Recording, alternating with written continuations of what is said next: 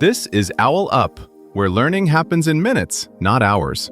For a deeper journey, explore all our courses at owlup.co.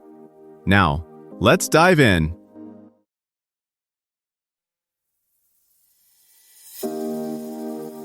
Welcome back to Chapter 3 of the History of Food, where we're diving into sugar, the sweet commodity that literally shaped continents and destroyed countless lives. We'll trace how this once rare luxury spread across the globe through plantation systems built on human suffering. So buckle up because this story gets heavy fast. Sugar killed more people building empires than some wars did fighting them. A spoon in a Paris cafe, a lump in a London tea, a candy in Boston, each depended on unseen Caribbean fields, all-night boiling houses, and a trade route powered by captive human lives. In the early modern Atlantic, sugar wasn't just a sweetener, it was an operating system for a new kind of economy. To follow its path is to watch a brutal form of industrialization before factories take shape in real time. On a single plantation, you'd find synchronized shifts, task specialization, timed workflows, and punishment for falling behind, like a nightmarish assembly line running on human bodies instead of steam. But sugar's reach stretched far beyond the fields and boiling houses.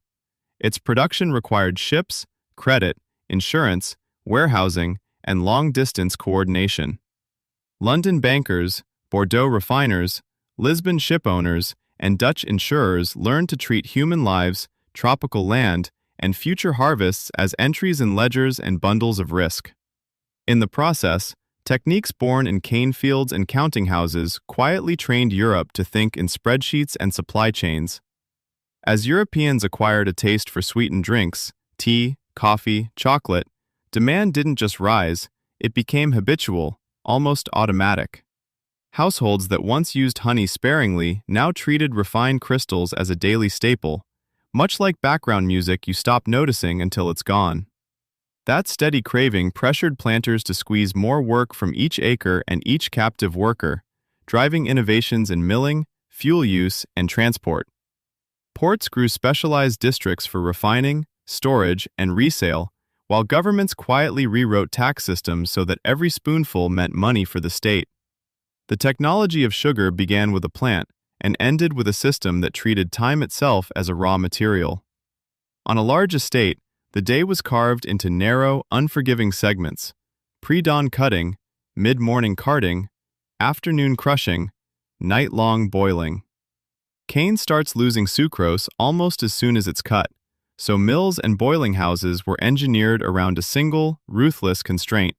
Every delay was money, and lives burned. Planters poured capital into machinery to beat that clock.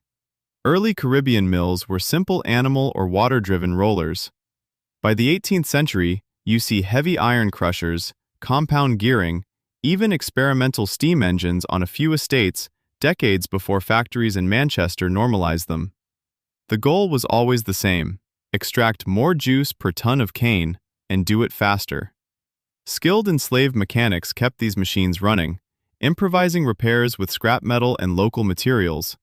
Their expertise rarely appears in ledgers, but without it, the hardware would have frozen the moment a shaft cracked or a boiler leaked. Inside the boiling house, heat became a precision instrument. Juice moved through a line of cauldrons, each hotter than the last, impurities skimmed at every stage.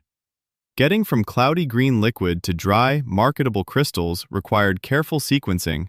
Misjudge a temperature, stir at the wrong moment, and you ruined an entire batch. Over time, planters adopted vacuum pans, better thermometers, and insulated clarifiers borrowed from European refineries, tightening control over each step. Even waste was re-engineered into fuel or feed. Bagasse, the fibrous residue after crushing, fired the furnaces. Molasses, once an inconvenient byproduct, became feedstock for distilleries. Rum could be sold locally, traded for provisions, or used as currency in further slave purchases. Technical tinkering therefore cascaded outward into new products, new trade loops, and fresh incentives to expand cultivation.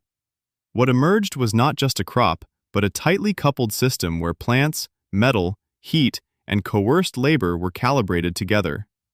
Change one variable, a tougher cane variety, a more efficient roller, a hotter furnace, and the entire choreography adjusted, always in the direction of more output from the same exhausted land and bodies.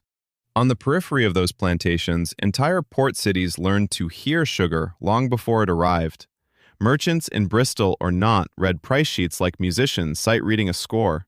A halfpenny rise in London might trigger a flurry of letters, chartered ships, and quietly renegotiated loans. A cargo still weeks at sea could already be pledged 3 times over, first to pay the planter's debts, then as collateral for an insurer, and finally bundled into speculative contracts traded in coffeehouses dense with pipe smoke and gossip. Refineries in European harbors became their own kind of laboratory. Workers there experimented with cone molds, filtration methods, and animal bone charcoal to produce whiter, more uniform crystals aimed at different buyers.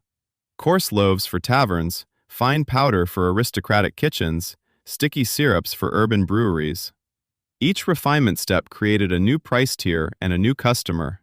Over time, you get a stratified sugar market where color, clarity, and grain size index not just quality, but class itself.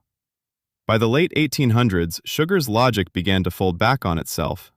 Beet fields in temperate Europe undercut tropical cane, like a new instrument slipping into an old orchestra and quietly taking the melody.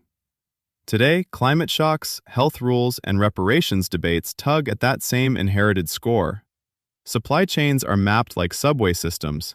Fair and low-carbon labels act as new ticket classes. The open question, who will conduct the next rewrite? Governments, corporations, or organized consumers? Sugar now hides in breakfast cereals, sports drinks, even health bars, nudging bodies toward diabetes and heart disease the way a quiet background hum frays nerves. As lab-grown sweeteners and sugar taxes spread, we're co-writing the sequel. Will sweetness stay cheap and everywhere, or become a carefully rationed spice of modern life? Before next week, ask yourself, how much of the sugar I eat each day, in my coffee, snacks, sauces, drinks, comes from products whose supply chains I've never questioned? And what would it look like to deliberately swap just one of those for a fairly traded or less processed alternative?